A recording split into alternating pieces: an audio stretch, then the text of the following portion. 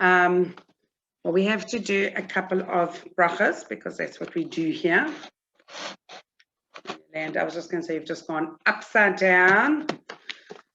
Okay, so reciting Birkat Hamazon or Birkas Hamazon.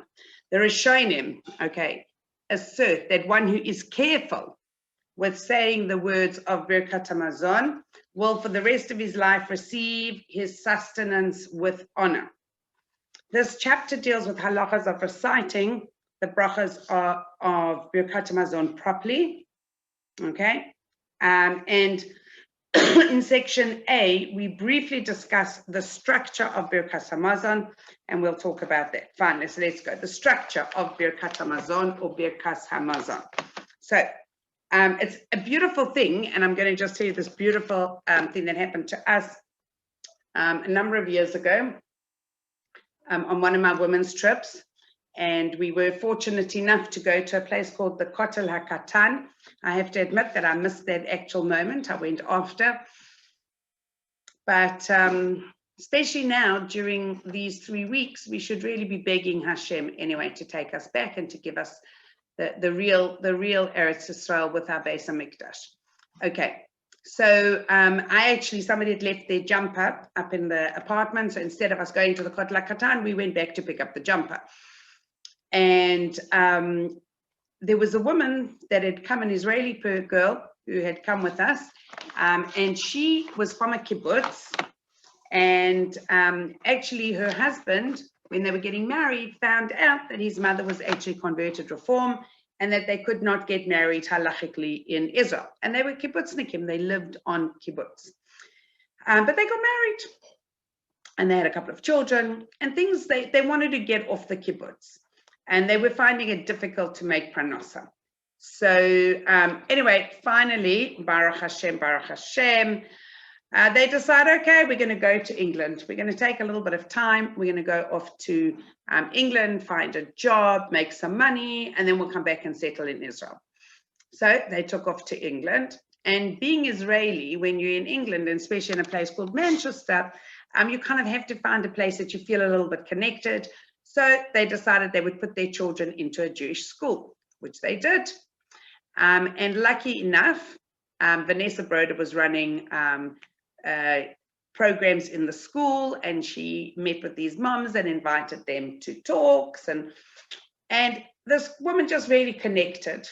Anyway, a couple of years, I'm not sure, I think it was a couple of years go by. And she is really like learning a little bit and connecting, but realizing that it's a very hard space for her because her husband wasn't Jewish and they weren't quite sure what to do about it. So he decided to start going through the conversion process, through Orthodox conversion, and they were learning more regularly. And then comes this trip to Israel, and Vanessa says to her, why don't you join us? And she says, well, I'd love to, and as much as I'd love to, but there is absolutely no way I could pay for this. And Vanessa said, well, as it so happens, which is what happened, one of the participants who had been the year before had said to her, you know, this is such an important trip to do. If you ever need somebody, if you know that somebody would really benefit, please let me know and I'll pay for the trip for her. So she paid, I think, 250 shekel for her entire trip and was planning on paying back to this person. And she comes with us on the program. And on the first day, well, we did the evening program, Sunday night, Monday, we go doing the Old City, and they get to the Kotel HaKatan. Hello, we just went. Suzanne was phoning. Hello. Don't forget your mug at the front. Come, you can listen to the rest of the story. Didn't she message you? She was trying to phone you. So are you coming? Well, no, it's okay, Suze. Her phone's in her bag. Hello. Oh. So it's okay. She's in Oxford. Suzanne. Yeah. Are you in Oxford, Suze? I am. Are you on honeymoon? I'm on a break for my kids, so I shouldn't say that publicly. I'm not going to miss my share though. Anyway, Eh? shh, I want to hear the end of the story. Okay, I'm come. going. Okay, since you're not missing her share there. Okay, so I can't say that this hasn't happened before. So we get to the Kotel HaKatan, and she puts her hand on the Kotel, and Patrick's given them the whole talk, puts her hand on the Kotel, and she says, Hashem, you give my husband a job, and I will keep Shabbat. And everybody's looking at her because she made the statement aloud. And this is Monday. So I met everybody when they were coming back from the Kotel HaKatan, not from the Kotel, towards the Kotel Plaza. And just to remind us, I said yesterday was Rebbetzin Heller's husband's surgery, but it was today. And Samantha, how was surgery?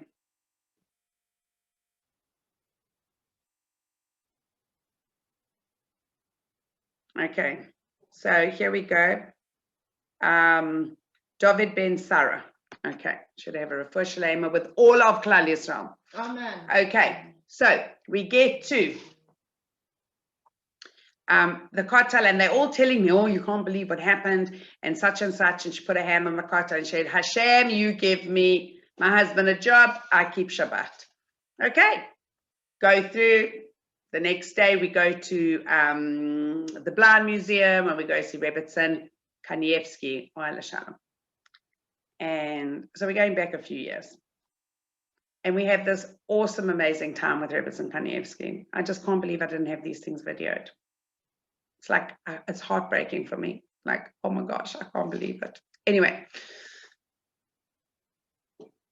she says to me, she looks at me, now this girl is like this big philosopher. Her side reading is Spinoza. And she's like, you know, an Israeli who reads Spinoza and understands it. Okay, so let's go. Doesn't even know what it is. Okay, some philosophies and whatever's of all these different things. And anyway, she says to me at the end, Rebbetzin Kanievsky had just given us a talk on the importance of modesty, and on the importance of women, and on the importance of us holding the homes. And she looks at me and she says, this woman is amazing, but I need a bracha from her. I said, okay. We let everybody through as everybody's getting their brachas and leaving. And then I said to her, Rebbetzin Kanievsky, this young lady, her husband's going through, they kibbutznikim, and her husband's going through Geiras, and he doesn't have a job, and they're running out of money, and he really needs a job. And she said to her, Tatchili levarech birkat hamazon im birkon. I want you to begin to say benching from a siddur or a bencher. And she gives her a bracha. And she looks at me and she says, really? I said, really? And then she says, just once? I said, no. She said, start now, and you carry on. Anyway, lunch that day was salads and pastas and lasagna. And because we're having all the pastas and things, I told my friend, leave out the bread. The next day, whatever, the next night, then the next day is Wednesday, I think it was, we're at Neve. No, Thursday we're at Neve. I can't remember, whichever day it was. There was no bread on Wednesday as well. No bread Wednesday. Comes to Thursday, we have our classes in Neve, then we have our lunch on the stairs, and then we have one more class, and then we usually go to the airport. And there's pita. And Matahila, bless her, had made the whole meal, and she had bought us these square pita, which was very funny, but that worked. And there's no water at Neve. The water was down. So she says, how am I going to wash my hands? I said, you're going to use bottled water. So she uses bottled water. Everybody wanted to wash with bottled water. Literally, the plumbing was closed down for a couple of hours. And she benches. Now, in the morning, for 2 days, she'd been trying. Every time she tried to get a hold of her husband, she couldn't get hold of him. during that afternoon, and she always used to say, like, she gets a little bit feisty. She knows Hebrew? She's Israeli. She's Israeli. She's Israeli. They have advantages. Yeah. Not always with the understanding part of what it is. Yeah. Yeah. But the Hebrew reading and the basic translations, but not the next stage. Okay. But that is the big advantage. So Thursday, the whole day, she's trying to get hold of him. She comes home at 2 o'clock or 2:30 in the morning on Thursday morning. And she says to him, the first thing she says to him, "What's with you? I've been trying to get a hold of you all day. I'm trying to tell you about this and that and whatever." He says, "It's been very, very busy because I've been in interviews, and they called me back and they want me to come for another interview tomorrow morning, 9 o'clock, Friday morning, 9 o'clock. So there's somebody at the door. Okay. Right. You're leaving us on a highlight. I do. What's it called? On the episode suspense. You're leaving us at a okay, Roz is just bringing all the stuff from our work day out yesterday. Team building. Anyway. Interview on Friday. Interview Friday morning. And he comes back from the interview at 11 o'clock. I've just been offered a job. Now, this is November. So Shabbos comes in what time in November? Early. Early.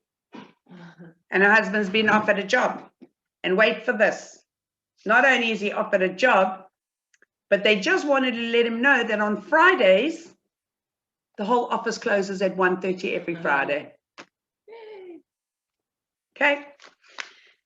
So she phones up Vanessa and she says to Vanessa, "I need a hot plate. I need a Shabbat urn. I need Vanessa says, slowly. She says, slowly. Are you mad?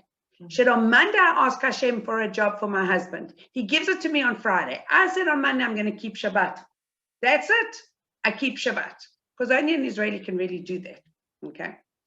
And I have to say that Baruch Hashem, I think it was a year and a half, maybe 2 years, but a year and a half later, because it was in the summer, I went to Manchester for their wedding. Beautiful Jewish wedding. And it was amazing. And the sun, it had rained for 3 days before. The sun shone the whole day that day, and the chuppah was in the garden. And then it rained for 3 days after. So it was really one of these kind of like, okay. And it's sometimes we have to look at the words and the places of what is Hashem telling us when we say Birkat Hamazon, and how do we actually say it? So that's what we're going to be learning now. Now, we also have to remind ourselves that all the blessings that come, as we know, they come from above, and our saving grace and everything that we do that we know that happens comes from Hashem. And I'm actually going to, before I start, I'm going to read this from Rav Moshe Sternbuch. I was talking to a friend of mine yesterday in Vancouver, and she said to me, "Did you see what Rav Moshe Sternbuch said?" And I said, "No, I didn't." And she sent it to me from Yeshiva World News. Hagaon Rav Moshe Sternbuch spoke about Surfside disaster during his weekly shiur last Thursday. Rav Moshe Sternbuch is the older brother of Rebbetzin Aaron Tro. Okay, just to be in the picture. Okay, he's in his 90s. Oh, wow. He's an incredible man. He's been here in our home. I learned about the first time that I actually saw somebody really lying on their chaise lounge on Shvish or Pesach and then getting up and jumping over a bucket of water was Rav Moshe Sternbuch.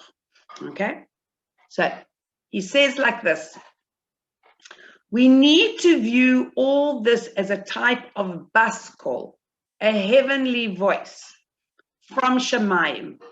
It is calling us that we should not depend on nature, but only on HaKadosh Baruch Hu, only on Hashem, who rules the whole world. And his koyach, his energy, and his gevurah, his strength, fills the world. Where can I flee from you, Hashem? And we have no answer, we have no advice, accepting that Hashem Yisbarach, Hashem, may he be blessed, who controls everything, without his hashgacha over the world, without his watching over the world, at every moment, the world would revert to nothingness. It has been transmitted to us by our rabbis that before the coming of Mashiach, when the time comes that Hashem wants to redeem us, and that's now, he'll prove to us that we can't obtain a Yeshua through natural means. He will show us that there's nothing that will help us get out of COVID, not vaccinations, not this, not that, not anything. There's only one way. The Yeshua, our savings, come only from him. Therefore, Hashem is wreaking terrible disasters in Eretz Israel and in Chutz La'aretz, in the diaspora, to show us that we have no hope according to the Derech HaTeva, and we're forced to trust in him. There is no hope in the way of nature. And this is our obligation. If we think that we can be saved through Darchei HaTeva, through ways of nature, then more gezeras, chas v'shalom, more negative things that will be brought upon us. We will be continue gezerah after gezerah. We would continue another thing after another. And only when we accept on ourselves complete faith that the Yeshua will come only from Hashem, then Hashem will protect us and save us. So this is big stuff. Okay, we think it's simple, but it's big stuff. And you know, when people start relying on people for parnasa, for medical doctors are only the messengers. And these are the things that we have to really be able to look at and say, okay, put our lives in your hands, Hashem. And we just trust you. Whatever you're going to do is going to be good for us, but we really have to know that we do it. And it's where everything that comes from. There's nothing, okay, that is not like that. So, Birkat HaMazon was beautiful benching, okay? And we know that there are 3 themes that take place in benching, okay? And it is from the Torah, directly from the Torah. And you shall eat and you shall be satiated, and you shall make a bracha to Hashem your God for the good land which he gave to you. In this commandment to bench, the Torah makes reference to 3 blessings: food, eat, land, okay, and good. Okay, so we need to eat the food, the land of Eretz Israel, and we need to make it good. From this we learn that benching needs to incorporate acknowledgement of food, of Eretz Israel, and of Yerushalayim, which is the good that we refer to in the rebuilt good. And that's why we say Uvenei Yerushalayim. Okay. So therefore, the obligation to recite the themes contained in the first 3 brachas of Birkas HaMazon is not directly from the Torah.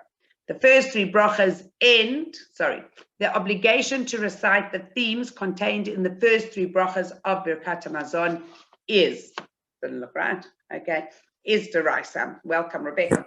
Okay. The first 3 brachas end with the words Boineh, Barachamav, Yerushalayim, Amen. By saying Amen at the end of this bracha, we indicate that we have concluded our Torah obligation of benching. The subsequent part of benching is D'Rabbanan, i.e. not Deraisa. The 4th bracha, which is Mid'Rabbanan, which is rabbinical.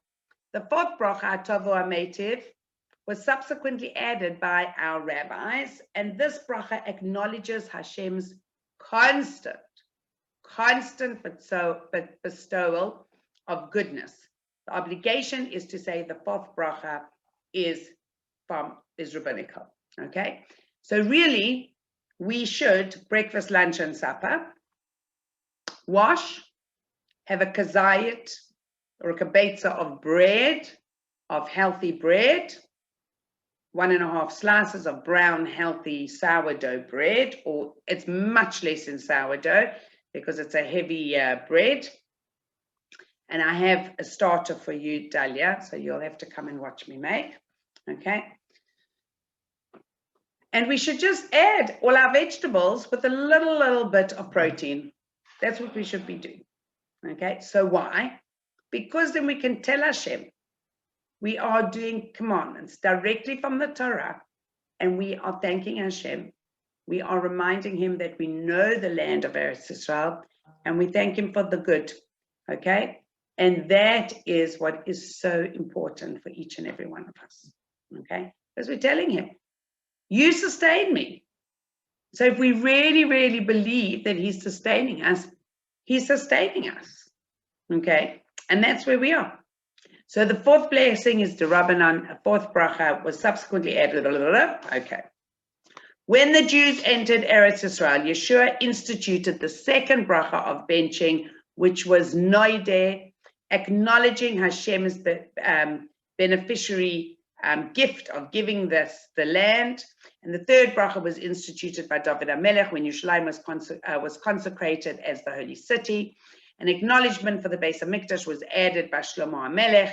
And when the construction of the Beis HaMikdash was completed, after the destruction of the first Beis HaMikdash, the text was modified to include a plea for return to Yerushalayim. Okay? And sorry, I knew that's what I was looking for, where it was. The Torah indicates an obligation to recite the 3 themes in Birkas Hamazon. Accordingly, the poskim of the obligation is to recite 3 brachas and a specific theme for each bracha. The composition of the text, however, is originally left to the discretion of each person. When the man descended in the wilderness, Moshe Rabbeinu instituted a formal bracha acknowledging his benefaction. For giving us food, and this became the form of the text that we use in the first blessing. Okay, so the second was from David HaMelech. No, the second was from Yeshua, and the third from David HaMelech. Okay, so this is all just understanding, and that's why. Who's the first one from? The first one, Moshe Rabbeinu, when we're in the desert, and that the man came down. Okay, so everything that we do, okay, we have to remind ourselves, what do we do? Where'd you get your food from? From Hashem. Where'd you get this from? From Hashem. What do we do this? From Hashem. Okay, that is what we are doing here. Okay, so what is the harachamans of the text is actually a custom, it's a minhag. Okay, the ensuing texts from the harachaman until the end is not part of the brachas of Birkat Hamazon. The accepted custom, however, is to recite this appended text. The harachaman text includes the special brachas for your host, which is modified, and they're all different versions. The Sephardi one's the best. Okay, persons wishing to recite the bracha in its original form may do so. Okay, then there's this whole thing of the original form, which I'm not going to go through with you. But the omissions or changes, the text of Birkat Hamazon are comprised of statements which were precisely crafted by our rabbis, by Chazal.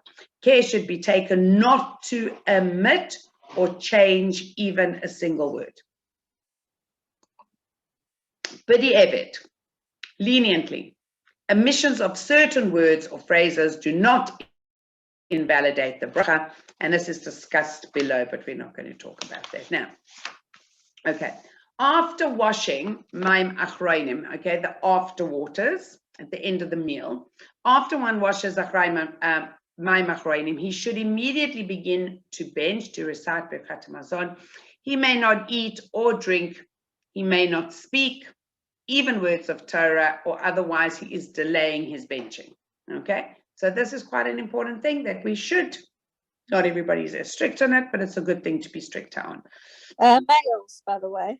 Huh? Males, not females. Males, it is more of a thing. There are some rabbis that say females should wash. I did ask Dan Lopian once if I should be washing my machronim. He wasn't whatever on it, but nevertheless, there are a lot of people, and according to Rav Shlomo Zalman Auerbach, he did say that women should actually wash my machronim, and with the exact same obligations. Okay, great. Let's go. So, for example, if one washed already after waters the Mai Machronim and is about to bench when the phone rings, he should not answer the phone nor call out to ask somebody else to answer it. What do you think of that? Okay, so it's quite an interesting thing, but it is in Mishnah Berurah, it actually tells us that Mai Machronim Chayva. The reason that we actually wash our hands after a meal is that at all meals you would have salt, okay, the same way that we do with the Beis HaMikdash, that the salt, and we dip it in before we eat it as the korban. So the salt was very dangerous. So the coarse salt and salt that they had, if chas v'shalom somebody would touch their eyes, they could go blind from the salt. And the real way to wash my machronim, the after waters, okay, is actually to go to the sink and wash the same way that you wash to start your meal. Okay, that's a real way to do it. Okay.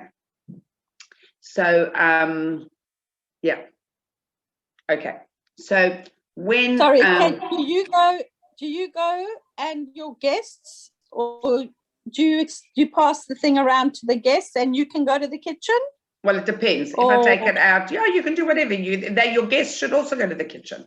When we don't have a Mai Machronim thing out, when people should go to the kitchen. Otherwise, the truth is you don't have to. I mean, my husband will take literally, like if there's a little bit of water left in a cup, and especially at a wedding, he just takes it and just rubs it on his hands like that. So, but that is the better way to do it, is to go and to wash your hands properly. Okay. Okay. Sorry. Okay, that's okay. However, if an urgent matter arises after one washes the after waters Mai Machronim, he may delay his benching in order to take care of that situation. When he is ready to bench, he should wash Mai Machronim again and begin benching without delay. If one is benching with wine, he should not speak from the time he lifts the cup of wine until he finishes benching and drinks some of the wine. Okay? The most proper way, if there are three men that are sitting together and eating, besides saying words of Torah, it is also really appropriate to bench over a glass of wine. We usually do that at a Sudas mitzvah, at a mitzvah meal. Okay. Okay. Our rabbis tell us that one should be especially careful in circumspect to recite Berachas Hamazon with proper intention, deliberately, and being mindful of the meanings of the words which are being said. Great benefits accrue when Berachas Hamazon is recited with proper kavanah. Okay.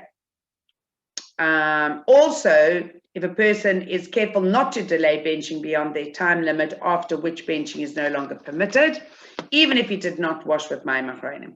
Okay. What does that mean? Like what you said before, you have to be mindful of each blessing. Yeah. So I'm going to, where's my bench? Where's my card? You know what? It's actually such a thing which is relatively, which should be for all of us relatively easy. And it's very difficult, because how do we learn benching? We learn benching in school like a song. Do you know, when I learned benching in Habonim,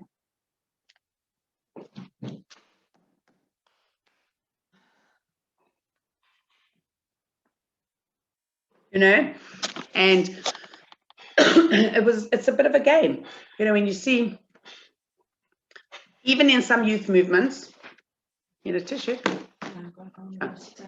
even in some youth movements, okay, it's like you can go there and you can see the girls are sitting on the boys' laps and everywhere. It's like it's like a chill song.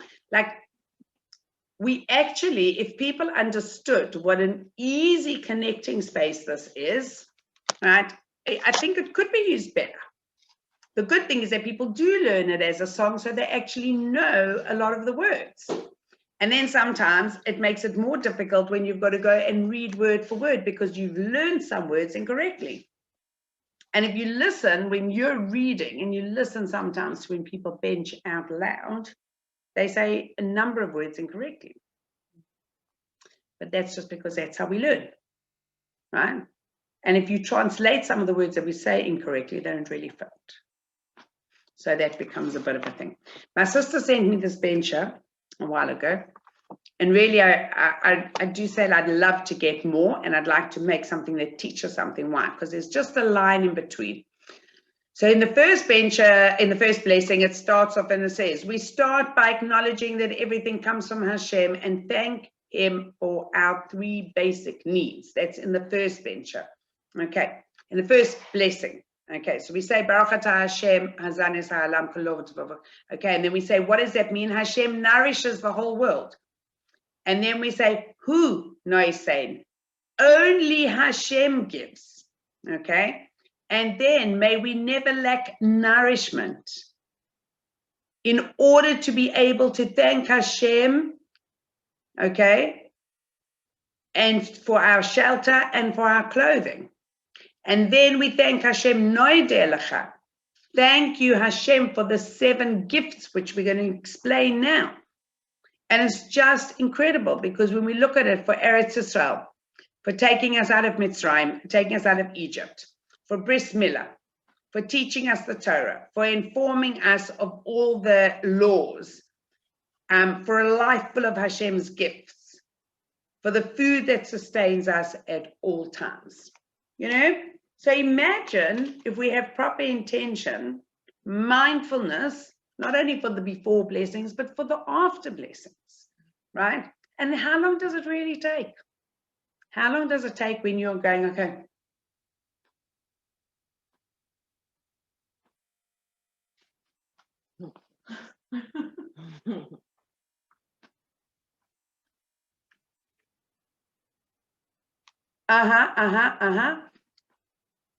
okay, and then we, hi, sorry, I was just benching. Okay, now, when somebody's just starting to, I used to love it when people come to the house and they're just starting to learn to bench, and they're literally reading every word. And everybody at the table is sitting there and schmoozing and chatting, and this poor person is feeling so uncomfortable because they're reading every word carefully. And they look around and they say everyone's still like finished ages ago. And you've got to say to them, well done. You're the only person who actually benched properly. Right? And yet they're feeling like, oh my gosh. Okay? And that's not what it is. You're the only person who actually benched properly. That's incredible. Okay? And I know how many times you finish benching. You're not that full, and then you're thinking to yourself, did I bench or not? Okay? And it's real. We say, I'll bench after. Lucky when you are full enough, but I'll bench after. Right? And we have to remind ourselves that this is really important. So our rabbis tell us that one should especially be careful, okay, with saying it with the right intentions, because this is something that brings a lot of bracha into our world.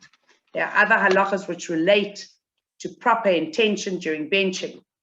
One should sit. Since Birkat HaMazon requires extra kavana, extra intention, it may only be recited while sitting. But however, if Birkat HaMazon was recited while standing or walking, it is still valid. You know, one of the things that I actually laugh to myself about as well sometimes, you know, stand still when you say the blessing, Asher Yatzah.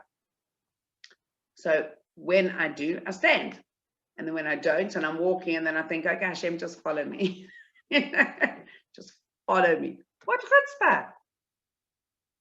Stand still. How long does it take? Do you know what Hashem is doing every single second of the day to make sure that you can go to the bathroom? Right? Look at all the things that we go through. You can go to the bathroom. Thank Hashem for allowing me to go to the bathroom. Like, what is this? Okay? And I think that it is something that is very, very, very important. And if we're able to, we should. Why do men put on a hat and jacket to say Birkat HaMazon? The physical act of preparing oneself as if to speak to the king puts a person in a frame of mind which is more conducive to proper kavana intentions. It's the same thing with davening. Right? When a person goes to daven, get dressed, put yourself looking, you know. I know that it's better to daven than to wait until you're dressed or whatever, but at the end of the day, look like a mensch, you know. Sorry, Hashem, I'm just getting on my gown and my slippers. I'll be with you in a sec. Right? These are the things that we want to be able to see. Yeah, even benching in a swimsuit when you're out somewhere, just put a towel over you. You know, just put a towel. Just say, Hashem, you know, just let me put a towel. We can make brachas, we know, in a mikveh with no clothes, right? But that's what's appropriate for then. What's appropriate for now is something which is different. So before one starts to bench, he should be cognizant of the fact that he is about to perform a Torah commandment. I think everybody should wash today and bench today, if we can, with the intention, and if you don't want to do it today, make sure that when you bench on Friday night and you wash on Friday night, saying, Hashem, this is one of your it's an easy Torah commandment. You want to make sure that you are keeping and doing a commandment, a positive Torah commandment every day. Just wash and bench once. I don't do it. So I am just telling you that it's a good thing to do with the right intentions. Okay?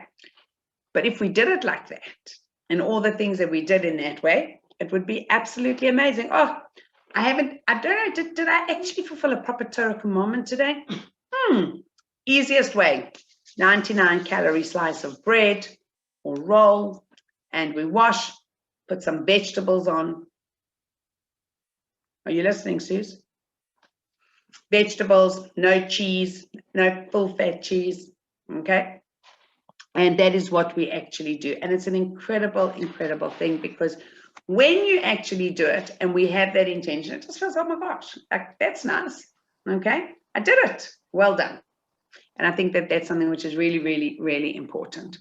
Okay, the poskim, our rabbis recommend that one should read Birkat HaMazon either from a book, from a sefer, and rather than say it from memory, also one should preferably say it out loud. If one doesn't say it out loud, one should definitely use one's mouth to actually read and say the words. You will be, it's bidi evid if you just read the words, but one should use one's mouth, okay? One may not gesture, motion, snap his fingers, or engage in similar forms of non-verbal communication with other people while they're benching. One may not.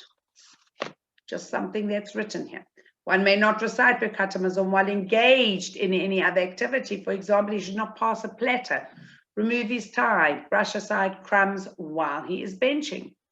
People who are in the proximity of someone who is benching should be careful not to disrupt him or interfere with his concentration.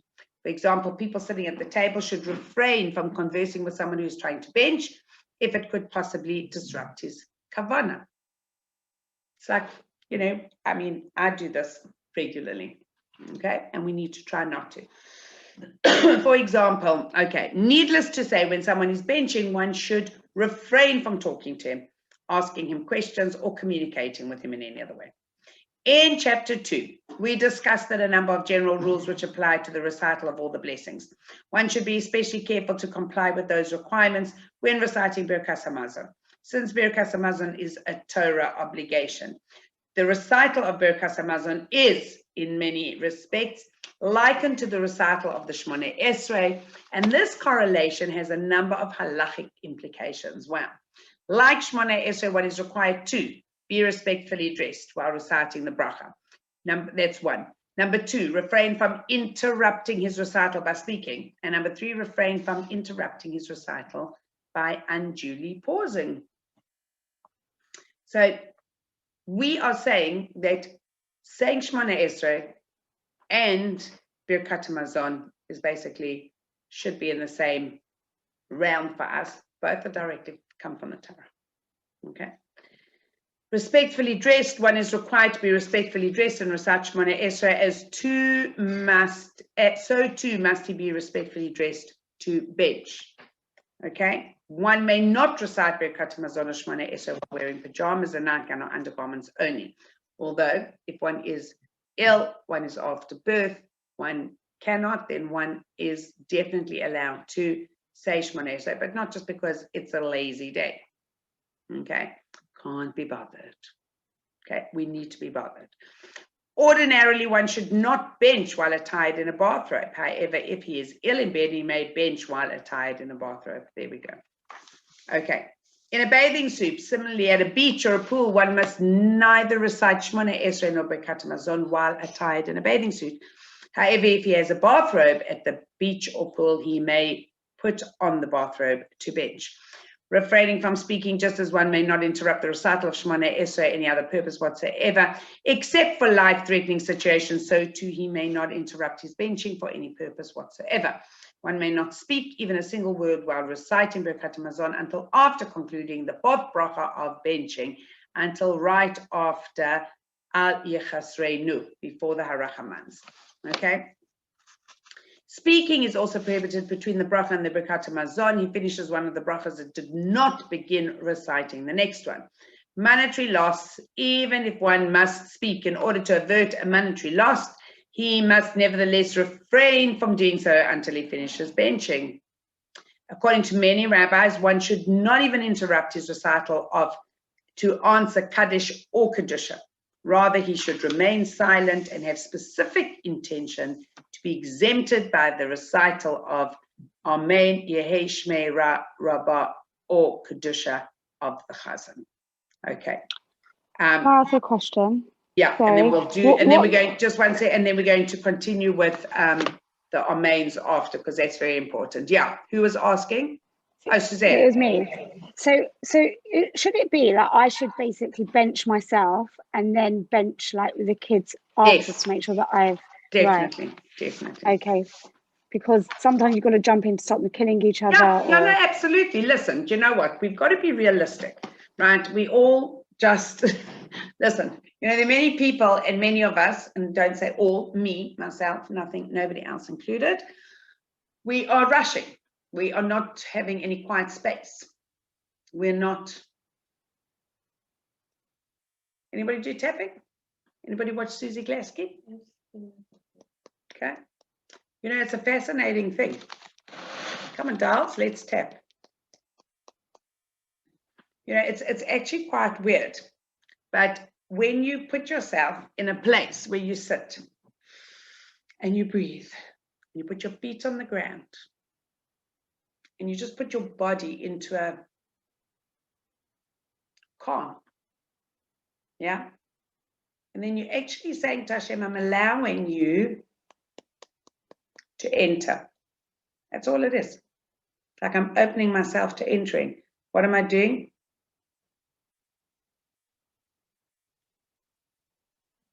You know, wherever it is. And then when you get to the heart part and now the expansion, but if you do it with absolutely, okay, Have you ever tried it? it's not going to do anything. Okay? When we put ourselves in a place, like literally, and your feet on the ground, it's really like being grounded in myself and just, and if you put yourself, and I really, I've seen it, and I felt it. If you put yourself in a place, you know, sometimes when I go to the kotel, and before I actually daven or before I start talking to Hashem, I just have to just put in the quiet. It's like the stillness. I don't do still so well, yeah. But when you put yourself and you're internalizing, and it's really funny because I actually learned with somebody, and in some bizarre way, she described me to someone as having still, and she said, no, you don't have to be still. You just have to be grounded. It's like a core grounding. And that grounding is like, you know, before you bench, imagine if you just sit there, put your feet on the ground, and you say, okay, Hashem, I'm doing one of your Torah obligations. And you ignore everybody. Now, if somebody is benching, there's a man benching, you say, you answer to the Mazuman, but then just forget about everybody else and say the words. just say the words, you know, and even if there's one word that you understand, Baruch, blessed are you, Hashem, right? It's just amazing. It's just a whole different place.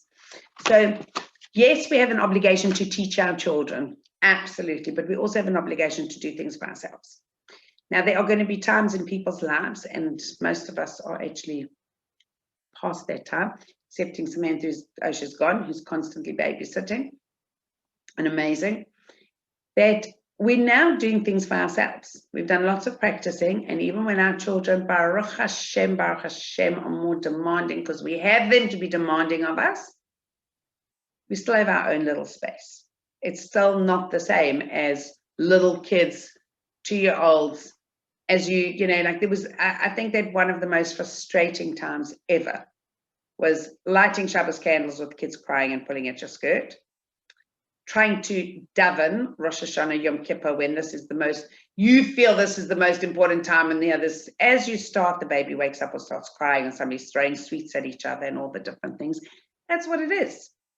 Okay, that's what happens. So we're actually going to say to ourselves, you know who we are? We're real people. But every now and again, we're also really enough to say, gosh, Hashem, let me just put in some extra understanding into this beautiful place. Moshe Rabbeinu said we got the man for 40 years. Can you imagine this white stuff? Yesterday, we made this, what's a B, how do you say it? A B-A-O. It's a Japanese roll. Or a Chinese roll, I don't know, whatever. We had this chef came.